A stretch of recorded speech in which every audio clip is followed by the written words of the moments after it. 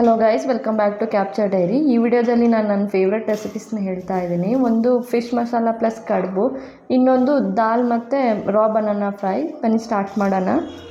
ಇಲ್ಲಿ ನಾನು ಬ್ಯಾಡಗಿ ಮೆಣಸು, ಕೊತ್ತಂಬರಿ, ಜೀರಿಗೆ 4 ಮೆಂತ್ಯನ ಹಾಕೊಂಡು ಫ್ರೈ ಮಾಡಿ ಅದನ್ನ ಮಿಕ್ಸಿ ಜಾರ್ಗೆ ಹಾಕೋತಾ ಇದ್ದೀನಿ.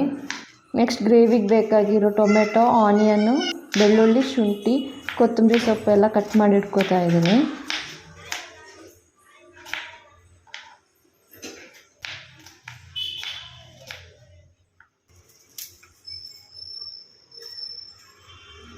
ದೆನ್ ಮಿಕ್ಸಿ ಜಾರಿಗೆ ಹಾಫ್ ಆನಿಯನ್ನು, ಒಂದು 4 ಹೆಸರು ಬೆಳ್ಳುಳ್ಳಿ, ಸ್ವಲ್ಪ ಶುಂಠಿ, ಹಾಫ್ ಟೊಮೆಟೊ ಮತ್ತು ಸ್ವಲ್ಪ ಹುಣಸೆ ಹಣ್ಣು ಹಾಕಿಟ್ಕೋತಾ ಇದ್ದೀನಿ.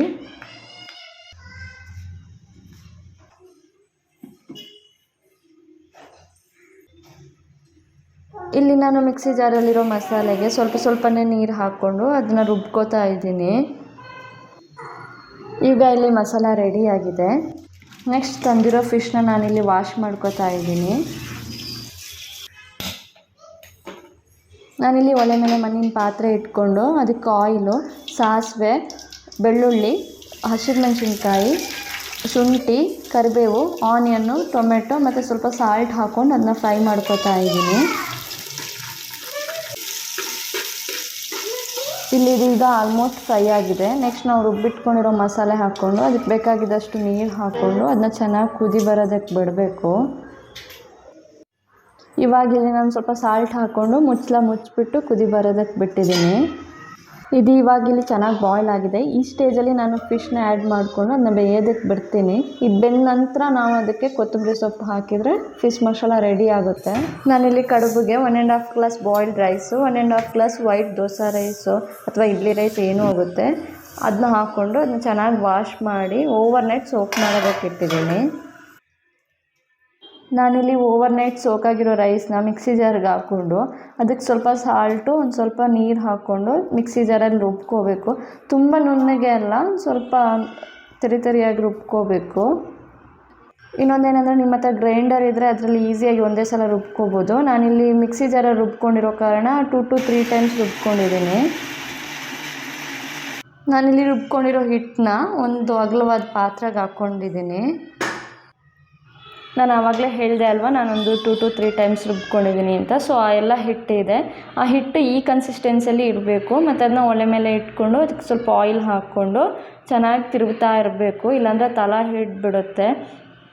ಇದನ್ನ ಮೀಡಿಯಮ್ ಫ್ಲೇಮಲ್ಲಿ ಇಟ್ಕೊಂಡು ನಮಗೊಂದು ಬಾಲ್ ಶೇಪಲ್ಲಿ ಮಾಡೋಕ್ಕೆ ಬರಬೇಕು. ಅಲ್ಲಿ ತನಕ ಹಿಟ್ಟನ್ನ ಗಟ್ಟಿಯಾಗಿ ಬೇಯಿಸ್ಕೋಬೇಕು. ನೆಕ್ಸ್ಟ್ ಇದನ್ನು ನಾವು ಚಿಕ್ಕ ಚಿಕ್ಕ ಬಾಲ್ ಥರ ಮಾಡ್ಕೊಂಡು ಸ್ಟೀಮಲ್ಲಿ ಇಟ್ಟು ಬೇಯಿಸ್ಕೊಂಡ್ರೆ ಕಡುಬು ರೆಡಿ ಆಗುತ್ತೆ. ನೆಕ್ಸ್ಟ್ ಇಲ್ಲಿ ನಾನು ದಾಲ್ ರೆಸಿಪಿ ಮಾಡೋದಕ್ಕೆ ದಾಲ್ನ ಒಂದು ಬೌಲ್ಗೆ ಹಾಕ್ಕೊಂಡು ಚೆನ್ನಾಗಿ ವಾಶ್ ಮಾಡಿ ನೀರಲ್ಲಿ ಹಾಕಿಟ್ಕೋತಾ ಇದ್ದೀನಿ.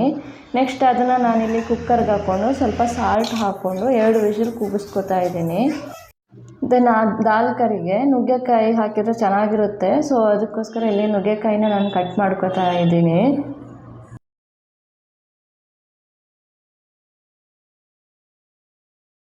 ಇವಾಗ ದಾಲ್ 2 ವಿಷಲ್ ಆಗಿದೆ. ಸೊ ಅದನ್ನು ನಾನು ಸ್ಪೂನಲ್ಲಿ ಸ್ವಲ್ಪ ಸ್ಮ್ಯಾಶ್ ಮಾಡ್ಕೋತಾ ಇದ್ದೀನಿ. ಸ್ಮ್ಯಾಶ್ ಮಾಡಿ ಅದಕ್ಕೆ ಮತ್ತೆ ಈ ನುಗ್ಗೆಕಾಯಿನ ಆ್ಯಡ್ ಮಾಡಿ 1 ವಿಷಲ್ ಕೂಗಿಸ್ಕೋತಾ ಇದ್ದೀನಿ. ದೆನ್ ಒಂದು ಪಾತ್ರೆಗೆ ಆಯಿಲು, ಬೆಳ್ಳುಳ್ಳಿ, ಸಾಸಿವೆ, ಜೀರಿಗೆ, ಹಸಿರುಮೆಣಸಿನ್ಕಾಯಿ, ಕರಿಬೇವು, ಆನಿಯನ್ನು, ಟೊಮೆಟೊ ಹಾಕ್ಕೊಂಡು ಅದನ್ನ ಫ್ರೈ ಮಾಡ್ಕೋತಾ ಇದ್ದೀನಿ ನಾನಿಲ್ಲಿ.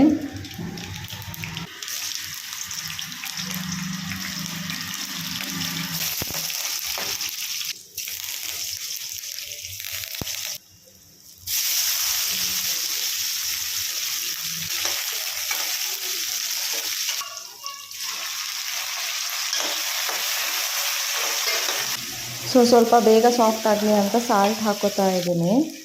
ನೆಕ್ಸ್ಟ್ ಇಲ್ಲಿ ನಾನು ಸ್ವಲ್ಪ ಅರಿಶಿನ, ಸ್ವಲ್ಪ ಮೆಣಸಿನ ಪೌಡರು, ಕೊತ್ತಂಬರಿ ಮತ್ತು ಜೀರಿಗೆ ಪೌಡ್ರನ್ನ ಹಾಕ್ಕೊಂಡು ಲೈಟಾಗಿ ಫ್ರೈ ಮಾಡ್ಕೋತಾ ಇದ್ದೀನಿ. ಇವಾಗ ಇದು ಫ್ರೈ ಆಗಿದೆ. ಇವಾಗ ಇದಕ್ಕೆ ನಾವು ಬೇಯಿಸ್ಕೊಂಡಿರೋ ನುಗ್ಗೆಕಾಯಿ ಮತ್ತು ಬೇಳೆನ ಹಾಕ್ಕೊಂಡು ಚೆನ್ನಾಗಿ ಮಿಕ್ಸ್ ಮಾಡಿ ಅದು ಮಸಾಲೆ ಜೊತೆ ಮಿಕ್ಸ್ ಆಗಕ್ಕೆ ಬಿಟ್ಟು ಒಂದು ಬಾಯ್ಲ್ ಬಂದ ನಂತರ ಅದಕ್ಕೆ ಕೊತ್ತಂಬರಿ ಸೊಪ್ಪು ಹಾಕಿದರೆ ಈ ಸಿಂಪಲ್ ಆದ ಕರಿ ರೆಡಿ ಆಗುತ್ತೆ.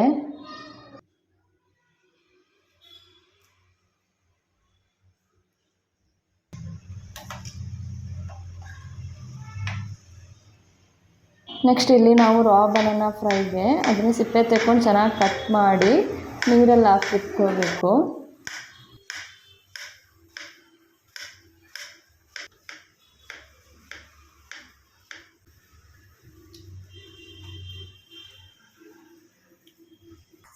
ಸೊ ಇಲ್ಲಿ ನಾನೊಂದು ಪಾತ್ರೆ ಇಟ್ಕೊಂಡು ಅದಕ್ಕೆ ಆಯಿಲ್ ಹಾಕೋತಾ ಇದ್ದೀನಿ. ಇದಕ್ಕೆ ಸ್ವಲ್ಪ ಆಯಿಲ್ ಜಾಸ್ತಿ ಬೇಕಾಗುತ್ತೆ ಯಾಕಂದರೆ ಫ್ರೈ ಅಲ್ವಾ. ಸೊ ಅದಕ್ಕೆ ಮತ್ತೆ ಸಾಸಿವೆ ಹಾಕ್ಕೊಂಡು ಕರಿಬೇವು ಹಾಕ್ಕೋತಾ ಇದ್ದೀನಿ. ನೆಕ್ಸ್ಟ್ ನಾನು ಕಟ್ ಮಾಡ್ಕೊಂಡಿರೋ ರಾ ಬನಾನನ ಇದಕ್ಕೆ ಆ್ಯಡ್ ಮಾಡ್ತಾ ಇದ್ದೀನಿ. ನೀರಲ್ಲಿ ಇಟ್ಟಿರೋ ಕಾರಣ ಸ್ವಲ್ಪ ಕೇರ್ಫುಲ್ ಆಗಿರಬೇಕು, ಯಾಕಂದರೆ ಅದು ನೀರಿನ ಅಂಶ ಇರುತ್ತಲ್ವ. ಸೊ ಎಣ್ಣೆಗೆ ಬಿದ್ದಾಗ ಸ್ವಲ್ಪ ಮೇಲ್ಗಡೆ ಆಗ್ಬೋದು, ಸ್ವಲ್ಪ ಕೇರ್ಫುಲ್ ಆಗಿರಬೇಕು. ನೆಕ್ಸ್ಟ್ ಇಲ್ಲಿ ನಾನು ಸ್ವಲ್ಪ ಅದಕ್ಕೆ ಅರಿಶಿಣ ಮತ್ತು ಸಾಲ್ಟ್ ಹಾಕ್ಕೊಂಡು ಚೆನ್ನಾಗಿ ಫ್ರೈ ಆಗೋದಕ್ಕೆ ಬಿಡಬೇಕು.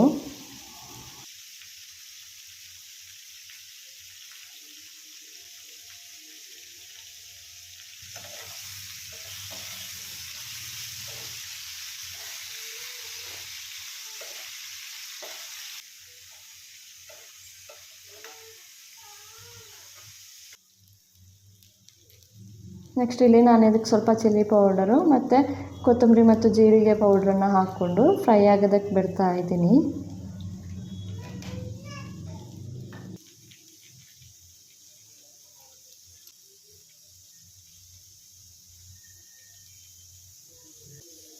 ಮಸಾಲ ಜೊತೆ ಫ್ರೈ ಆದಮೇಲೆ ಕೊತ್ತಂಬರಿ ಸೊಪ್ಪು ಹಾಕಿದರೆ ಇದು ರೆಡಿ ಆಗುತ್ತೆ. ಆ್ಯಕ್ಚುಲಿ ಇದು ನನ್ನ ಮಕ್ಕಳು ಫೇವ್ರೆಟ್ ಫುಡ್ಡು, ತುಂಬ ಚೆನ್ನಾಗಿರುತ್ತೆ. ಒಂದು ಸಲ ಟ್ರೈ ಮಾಡಿ ನೋಡಿ.